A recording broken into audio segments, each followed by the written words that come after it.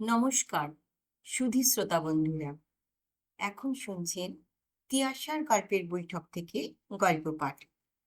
তিয়াশার গল্পের বৈঠকের আজকের নিবেদন গভীর জলের মাছ, লিখেছেন স্বপন বুড়ো।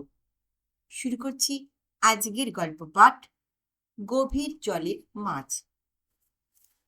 সেদিন স্কুলে ভূগোল পড়াতে পড়াতে মাস্টারমশাই গভীর জলের মাছ ধরা সম্পর্কে অনেক মজাদার গল্প বললেন। কি করে জাহাজের উপর থেকে যন্ত্র ও জালের সাহায্যে গভীর জলে মাছ ধরতে হয়। ব্ল্যাকবোর্ডে মাস্টারমশাই তার ছবি এঁকে দেখান। আমাদের এই ক্লাসেও একটা গভীর জলের মাছ আছে স্যার, তাকে কখনো ধরা ছোঁয়া যায় না। পাকাল মাছের মতো সে পুক করে পালিয়ে যায়। ছাত্রদল নতুন খবর পেয়ে উৎসাহে চিৎকার করে উঠল, কে কে সেই গভীর জলের মাছ? কিন্তু ছেলেটির কাছ থেকে তার কোনো উত্তর পাওয়া গেল না। মাস্টারমশাই চিৎকার করে উঠলেন, গোল করো না কেউ, আপন আপন সিটে গিয়ে সবাই চুপ করে বসো। ঢং ঢং করে ক্লাস শেষ হবার ঘন্টা পড়ল। আচমকা ক্লাস শেষ হয়ে যেতে কে যে গভীর জলের মাছ সেটা শোনা গেল না। কিন্তু এ কথা ক্লাসের সব ছেলেই অনুমান করতে পেরেছিল যে পেছনের বেঞ্চ থেকে যে ছেলেটি কৌতুক করে গভীর জলের মাছ কথা ঘোষণা করেছিল তার উদ্দেশ্য ছিল খোদনের কথাই মজা করে বলা। এই খোদনই হচ্ছে সারা ক্লাসের বিচ্ছু ছেলে। গোটা স্কুলের ছেলেরা ওকে জানে, তাই অনেকে ওর নাম দিয়েছে গভীর জলের মাছ। আত্মভোলা মাস্টারমশাই এত কথা জানেন না। তিনি ছেলেদের গভীর জলের মাছের কথা বুঝিয়ে দিতে গেলে ভেতরে ভেতরে একটা আলোড়নের সৃষ্টি হয়েছিল। কিন্তু সেদিন ক্লাসে বিস্ফোরণ হয়নি কিচ্ছু। বিস্ফোরণ হলো তার পরের দিন। যে ছেলেটি পেছনের বেঞ্চ থেকে মজা করে ঘোষণা করতে গিয়েছিল, পরদিন সে ন্যাংচাতে ন্যাংচাতে ক্লাসে এসে হাজির। ব্যাপার কি ব্যাপার কি? গোটা ক্লাসের ছেলে হুমড়ি খেয়ে পড়ল তার সামনে। ব্যাপার অতি সামান্য। স্কুল ছুটির পর বই খাতা পত্র গুছিয়ে নিয়ে যখন বাড়ির দিকে পা বাড়িয়েছে, তখন কোনো কথা তার মনে জাগেনি। বাড়ি যাবার পথে একটা আম বাগান পড়ে। সেইখানে ঢুকতেই একেবারে সোজা বুলেটের মতো একটা ইটের টুকরো তার বাঁ পায়ে এসে লাগলো। সেই থেকেই তো ছেলেটি খুঁড়িয়ে খুঁড়িয়ে চলছে। ক্লাস শুদ্ধ সবাই বুঝতে পারলে এই অপকর্মটি কার, কিন্তু মুখ ফুটে কেউ নাম উচ্চারণ করলে না। গভীর জলের মাছটির অসাধ্য তো কিছু নেই। কখন কার উপর দয়া প্রকাশ করে ফেলে কেউ জানতেও পারে না। খোদন সেদিন একটু দেরি করে ক্লাসে ঢুকলো, যেন ভাজা মাছটি উল্টে খেতে জানে না। সকলের সঙ্গে হাসি মুখে গল্প করতে লাগলো। হঠাৎ সেই খোঁড়া পা ছেলেটির দিকে তার নজর গেল। ওকে শুধালে, এ কি রে, নেংচে চলছিস কেন? কার বাড়ির রান্নাঘরে ঢুকেছিলিস হুলু বিড়ালের মতো? ছেলেটি মনে মনে রাগে কাঁপছে, কিন্তু মুখে কিছু জবাব দিতে পারছে না। কি জানি, দুর্জনকে তো বিশ্বাস নেই, কখন যে কি করে বসে তার ঠিক কি। খোদনের কাজের ধারাই এই রকম। যদি বলে উত্তরে যাচ্ছি, তবে সোজা দক্ষিণ দিকে কখন যে চলে গেছে কাকপক্ষী তো কেউ টের পায় না। সেবার খোদন বললে, আমরা কয়েকজন ফুটবল ম্যাচ দিতে গায়ের বাইরে চলে যাচ্ছি, 3 দিন পরে ফিরব। কিন্তু একদিন পরেই দেখা গেল বল্টুদের বাগানের লাল টুকটুকে লিচুগুলো রাতারাতি একেবারে উধাও হয়ে গেছে। গাছের তলায় একটি কাগজ খুঁজে পাওয়া গেল, তাতে আঁকাবাঁকা অক্ষরে লেখা আছে, নষ্ট চন্দ্রের নমস্কার। আবার 3 দিন পরে দেখা গেল ওরা একটা ছেঁড়া ফুটবল হাতে করে গ্রামে এসে ঢুকলো। বললে, জোর খেলা হয়েছিল, কিন্তু আমরা শিল্ড জিততে পারিনি। আর একবারের ঘটনার কথাও ছেলেদের মনে আছে। সেবার বন্যায় সারা গাঁ ভেসে গেছে। মানুষজনের দুঃখের আর অন্ত নেই। গরু, বাছুর, ভেড়া, ছাগল জলের তোড়ে কোথাও উধাও হয়ে গেছে তা কেউ বলতে পারে না। মায়ের কোলে শিশুরা দুধ বিহনে কান্না শুরু করে দিয়েছে। প্রত্যেক বাড়ির জোয়ান ছেলেরা নৌকা করে ঘুরে ঘুরে চাল, ডাল এসব জোগাড় করে এক বাড়িতে জমা করছে, সবাই কিছু কিছু বিলি করে দেবে বলে, যাতে এই দুর্দিনে প্রাণে বাঁচে সবাই একটু খেয়ে। কিন্তু গভীর জলের মাছের কাণ্ডই আলাদা। এই খোদনের দল সেই চাল ডাল সরিয়ে নিয়ে নৌকা করে বনভোজন করে এলো। কেউ যদি তাদের কিছু বলতে যায়, তাহলে মুখ মুছে উত্তর দেবে, রামচন্দ্র, আমরা যে করেছি তার প্রমাণ কি? আর একবারের ঘটনার কথাও ছেলেদের মনে আছে। মল্লিকদের বাড়িতে মানত পুজো। 4টে পাঠা বলি দেয়া হবে মা কালীর কাছে। বাড়ির কর্তা শক্ত ব্যামো হয়েছিল, তিনি বেঁচে ফিরেছেন, তাই এই মানত। গভীর রাতে পুজোর লগ্ন পড়েছে। পুরোহিত ঠাকুর রাত জেগে পুজো করছেন।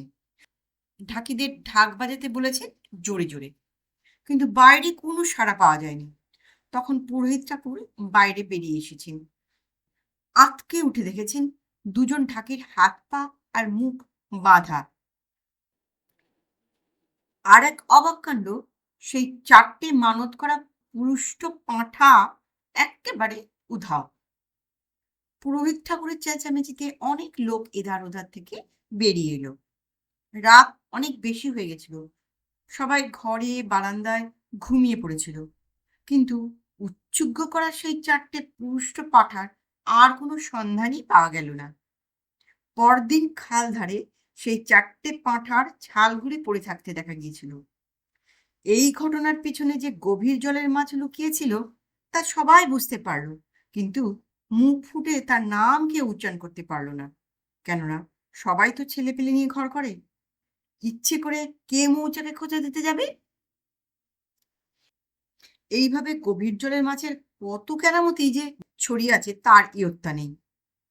সেইগুলো কুড়িয়ে নিয়ে যদি ঠিকঠাক মতো সাজিয়ে গুছিয়ে লিখে ছাপানো যায়, তাহলে একটা মজাদার বই হয়, সে বিষয়ে কোনো সন্দেহ নেই। অনেক কাল গায়ের বুকে আর কোনো হাঙ্গামা হুজ্জুতি হয়নি। নিশ্চিন্তে আরামে ছিল অনেকে। একটা টলটলে নিঝুম পুকুরে হঠাৎ যেন একটা ঢিল পড়ল, আর তারই ফলে একটা ঢেউ কাঁপতে কাঁপতে তীরে এসে আছড়ে পড়ল। ব্যাপারটা তাহলে খুলেই বলি।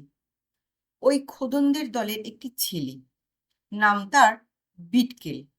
যেমন চেহারায় তেমনি স্বভাবে, কোনোদিন বইয়ের পাতা খুলেও দেখে না। ইংরেজির মাস্টারমশাই একদিন পড়া নিতে গিয়ে দেখলেন বিটকেল বইয়ের মলাটটাও উল্টে দেখেনি। তাই তিনি রাগ করে হুমকি দিয়ে বললেন, তোর কোনো কালে কিচ্ছু হবে না, যা সোজা মাঠে গিয়ে ঘাস চিবিয়ে খাবে। এই কথায় বিটকেলের নাকি খুব অপমান হয়। সে তার মনের দুঃখের কথা জানিয়েছে খোদনকে। খোদন তো খবর শুনে একেবারে রেগে কাঁই। কি, আমার দলের ছেলেকে ঘাস খেতে বলা, দেখাচ্ছি। তাই খোদন গভীর জলের মাছ হিসেবে ঠিক করেছে, এবছর যে করেই হোক সে বিটকেলকে ক্লাসে ফার্স্ট করে দিতেই হবে তার। মাস্টার মশাইয়ের হুমকি যাতে মিথ্যে হয়, সেই জন্যেই তার এই পরিকল্পনা। বিটকেলকে একেবারে তৈরি করে যুদ্ধযাত্রায় পাঠাতে হবে। যেরকম প্রশ্ন পরীক্ষায় আসতে পারে তার আনুমানিক একটি তালিকা তৈরি করে আগে থেকেই রাশি রাশি জবাব লিখে রাখতে হবে।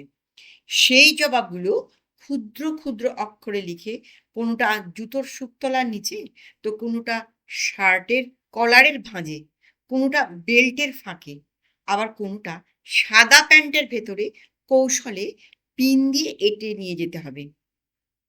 তাতেও যদি প্রশ্নগুলি ফসকে যায়, তাহলে বিটকেল প্রশ্নপত্র পেয়েই জানলা গলিয়ে বাইরে ফেলে দেবে।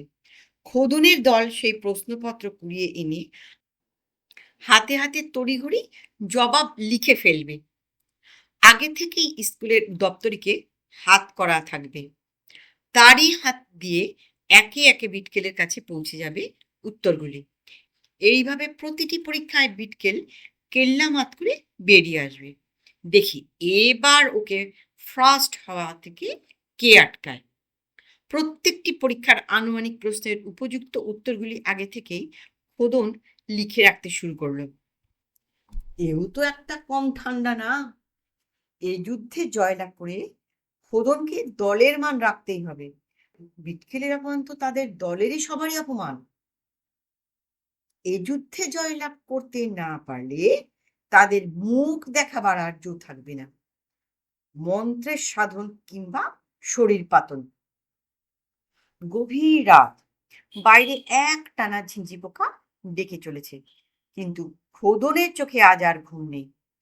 বাইরের ঘরে খোদন একা থাকে। রাত্রিরে ও জায়গাটা একেবারে নিরিবিলি। হঠাৎ ঝমঝমিয়ে বৃষ্টি এলো। আশেপাশে বড় বড় কচুর পাতার ওপর টপ টপ করে বৃষ্টি পড়তে লাগলো। খোদনের কিন্তু সেদিকে তাকাবার আর সময় নেই। সে এক মনে সত্যিকারে পড়ুয়ার মতো ইংরেজি, ইতিহাস, ভূগোল আর ব্যাকরণ থেকে জরুরি প্রশ্নের উত্তরগুলি টুকে চলেছে। অনেকটা কাজ আজ রাত্রির মধ্যেই শেষ করতে হবে, কারণ আগামীকালই আবার পাশের গায়ের ছেলেদের সঙ্গে তার ক্রিকেট খেলা আছে। সেই যুদ্ধেও তো জয়লাভ করা চাই। একবার ঘুমিয়ে তার দুই চোখ জুড়িয়ে আসছে, কিন্তু খোদন প্রতিজ্ঞায় অচল, অটল। ক্রমাগত বই খুলছে আর সাদা কয়েকটা কাগজের উপর দ্রুত বেগে লিখে চলেছে। হঠাৎ দরজায় ঠুক ঠুক শব্দ। প্রথমে খোদন মনে করলো বুঝি বৃষ্টির ঝাপটা এসে দরজার উপরে পড়ছে, তারই শব্দ এটা। কিন্তু না, তা তো নয়। সত্যি কে যেন দরজায় টুক টুক করে আওয়াজ করছে। ভূতের ভয় খোদনের কোনো কালেই ছিল না। ভাবলে এত রাত্রিরে বৃষ্টিতে ভিজতে ভিজতে আবার কে এলো? নিশ্চয়ই বিটকেল। দেখতে এসেছে আমি সত্যি করে ওর কাজ করছি নাকি, না ঘুমিয়ে পড়েছি। পা টিপে টিপে উঠে খোদন দরজাটা খুলে দিল। এইবার ওর অবাক হবার পালা। এ কি, ওদের ক্লাসে সনাতনের মা! এত রাত্রিরে সনাতনের মা ওর কাছে কেন? সনাতনের মা একেবারে ভিজে গেছেন, সারা গা দিয়ে টপ টপ করে জল পড়ছে। খোদন জিজ্ঞাসা করলে, এ কি মাসিমা, আপনি এত রাত্রিরে আমার কাছে কেন? সনাতনের কি কোনো বিপদ হয়েছে? সনাতনের মা উত্তর দিলেন, বাবা খোদন, তুমি ঠিকই অনুমান করেছ। সনাতনের সমূহ বিপদ, আর তুমিই তাকে রক্ষা করতে পারো। আমি তাকে রক্ষা করতে পারি? অবাক হয়ে জিজ্ঞাসা করে খোদন। সনাতনের মা বললেন, হ্যাঁ বাবা খোদন, তুমি তো জানো আমরা কত গরিব। আমি পাড়ায় পাড়ায় ধান ভেনে চিড়ে কুটে কত কষ্টে সনাতনকে মানুষ করছি। সনাতন সকলের আশীর্বাদে প্রতি বছর ক্লাসে প্রথম হয়, তাই স্কুল থেকে ও একটা বৃত্তি পায়। তাই তো ওর পড়ার খরচ লাগে না। আমি ওর মুখের দিকে চেয়েই বেঁচে আছি। এবছর যদি সনাতন ক্লাসে প্রথম হতে না পারে, তাহলে ওর স্কুলের বৃত্তি বন্ধ হয়ে যাবে। আমি আর ওকে পড়াতে পারবো না। তুমি ভেবে দেখো খোদন, তখন আমার পুকুরের জলে ডুবে মরা ছাড়া আর কোনো পথ খোলা থাকবে না।